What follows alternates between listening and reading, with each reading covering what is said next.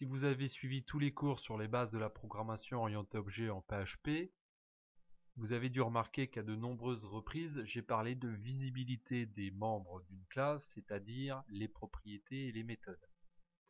Eh bien, ce concept va me permettre de vous parler aujourd'hui du principe d'encapsulation, donc concept très important en programmation orientée objet. Alors avant de donner une définition, je vais illustrer ce concept et à la fin de ce cours, je présenterai une définition du principe de l'encapsulation. J'ai une classe article dont je ne vous montrerai pas le contenu. Je vais simplement m'intéresser à ici ce qu'on appelle un diagramme de classe, ou en tout cas une partie d'un diagramme UML, qui reprend justement cette classe article. Vous remarquerez ici des petits cadenas verts, donc j'ai utilisé PHP Storm pour générer mon diagramme.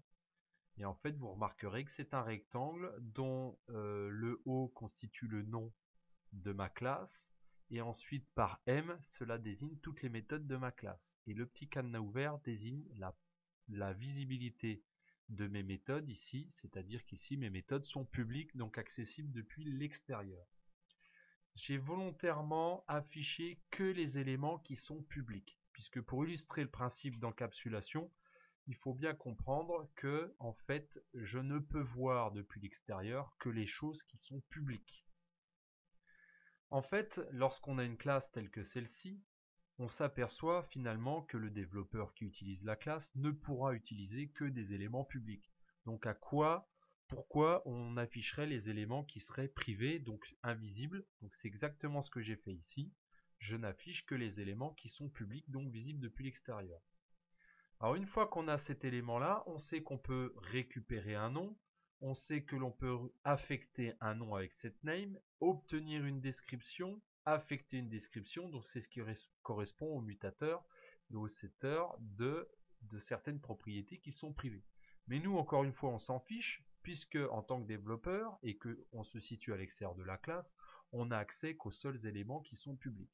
Donc sans connaître l'implémentation de la classe article, je vais donc utiliser ce fameux diagramme qui m'indique ici les éléments qui sont publics, donc accessibles depuis l'extérieur. Donc ici, je vais prendre une variable qui va stocker une instance d'article. Je vais donc instancier un article. Et par exemple, je vais prendre tout de suite la méthode getCode. Donc je fais article et je prends getCode. Alors je sais que cette méthode, je ne l'ai pas mis dans la documentation ici pour simplifier, mais je sais que cette méthode renvoie une chaîne de caractères. Donc je vais actualiser et là j'ai une information, on me dit que le nom de l'article doit être préalablement défini pour obtenir son code. Donc ici je ne sais pas comment est implémentée la méthode, peu importe, ça ne m'empêche pas de l'utiliser. Donc je vais prendre l'article et puis je vais lui affecter un nom. Par exemple, le nom, je vais marquer produit test. Une fois que j'ai fait ça, je vais actualiser et là on voit que j'ai un code d'article. Toujours dans cette logique de manipuler notre objet grâce aux méthodes qui nous sont accessibles ici, c'est-à-dire les méthodes publiques, je vais affecter un prix puisque je vois que j'ai la méthode setPrice disponible. Donc je prends mon article, j'utilise la méthode setPrice et puis ici je vais faire exprès de taper un prix qui n'est pas valide. Donc j'arrive ici, quand j'actualise, je vois que j'ai un message d'erreur qui est généré par la méthode setPrice. Donc peu importe comment elle est implémentée, moi je suis développeur, j'utilise via le diagramme UML la méthode setPrice. Et je vois ici que j'ai une exception qui n'a pas été attrapée et que cette exception a un message, c'est le prix doit être une valeur numérique. Donc du coup, je sais pourquoi mon programme ne fonctionne pas et je vais lui passer une valeur numérique. Par exemple, 10,25 €, j'actualise.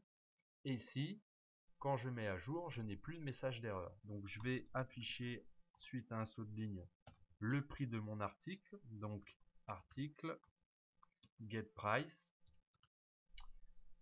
Et maintenant, j'ai bien mon prix qui s'affiche 10,25 €. Donc encore une fois, on voit que j'ai réussi à manipuler mon objet à partir de méthodes publiques, mais sans jamais pouvoir faire autre chose que ce qui m'est permis. En fait, c'est ça le principe d'encapsulation. En fait, l'encapsulation, c'est l'idée de protéger l'information contenue dans un objet en ne proposant que des méthodes de manipulation de cet objet. C'est ici ce que j'ai fait avec setName, getCode, setPrice, getPrice. C'est-à-dire que je n'agis pas moi-même sur l'objet, ce sont l'intérieur, l'implémentation des méthodes qui vont le faire à ma place. Donc cela implique que les informations contenues dans l'objet ne sont plus de la responsabilité de l'utilisateur extérieur.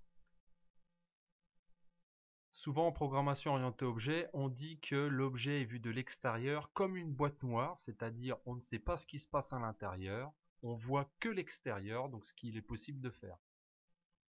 C'est donc ça le principe de l'encapsulation. Donc cette définition, vous pouvez la retrouver sur le site Wikipédia.